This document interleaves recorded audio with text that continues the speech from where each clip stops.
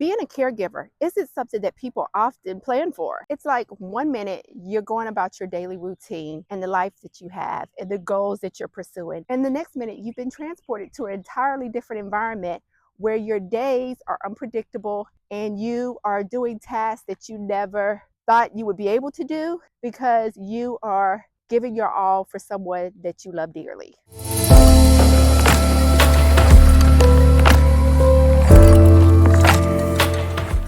So in this video, I want to talk to you briefly about how to not let caregiving crush your dreams. As someone who considers themselves a high achiever, I thought when I was thrust into caregiving for my mom that it was just another set of things I needed to do on my list that I could just check off, that it was going to hopefully take place for a certain period of time, and then I would be done and move on, that I could have everything under control because I had a list and I was resourceful and I had achieved so many other goals and taken on so many other challenges and moved past them with success.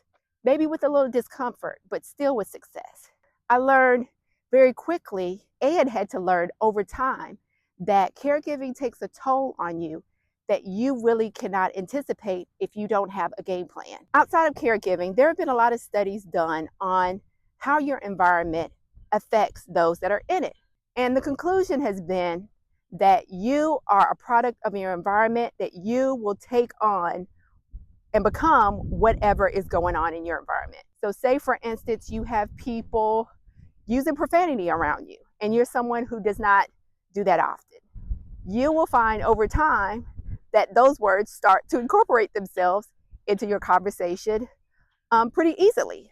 The same can be said for great behaviors if you're around people who are always doing, for instance, yoga all the time, or if you are in more dire situations where you are behaving in ways that you never thought that you would.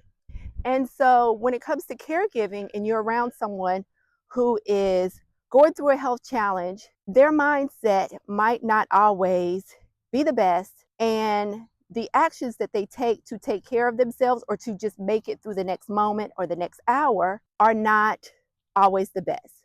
For instance, I had a caregiving mentor who told me that, you know, when loved ones are going through health challenges, their emotions can be a roller coaster. You can be on a roller coaster as well. Let's take the example of you have a routine and you get up every morning at a certain time, you work out, you do the things that you do towards your goals or to staying healthy.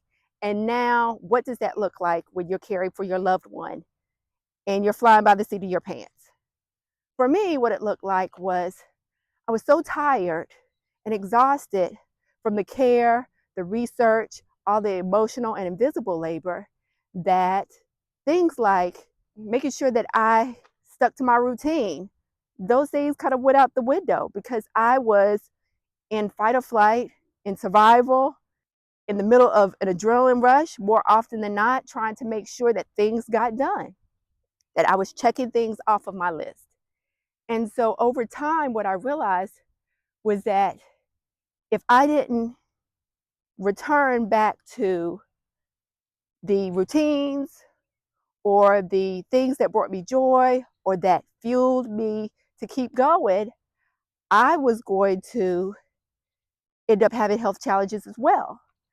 And some of those things did happen because I thought, okay, well, I'm not doing it today, I'll do it tomorrow. But then something would come up and I just didn't feel up to it because maybe I was depressed about something that had happened the day before or something that had just popped up that I did not predict was going to happen. And so I looked up one day and I realized, I said, I'm not where I need to be in these areas because I've invested so much of my time, energy into making sure my loved one is okay. And I can't expect my loved one to hold space for me and my dreams and goals because maybe they're just focused on themselves. Or maybe they think, oh, well, she can figure it out because she's used to carrying the weight of all of these things. It's very important that if you decide to take on the role of caregiving, that you don't lose yourself in the care of your loved one at the detriment of not caring for and holding space for yourself in your dreams. Because what happens is if you do not make room and space for those things, your health will suffer. You will become resentful because you are not living your life. You're living the life of someone else in an environment that you do not choose to be in. So, my suggestions would be once you get past the shock of being thrust into the caregiving situation, one, write down the things that are non negotiable for you. And this is between yourself. These are the hopes and dreams. These are the routines. These are the things that bring me joy. And how can I continue to hold on and make space and create this environment for myself so that I don't look up and realize I've spent so much time neglecting myself. And now I'm in a position where I don't even know myself, or I haven't achieved what I wanted to achieve, or I am picking up the pieces of someone I don't even know. If you want to hear more caregiving advice, news, tips, and tools, make sure to subscribe to the channel. Also, if you check the description, you'll find a link to the Caregiver Journal, as well as the primary Caregiver AI Toolkit that'll help save you time on invisible labor.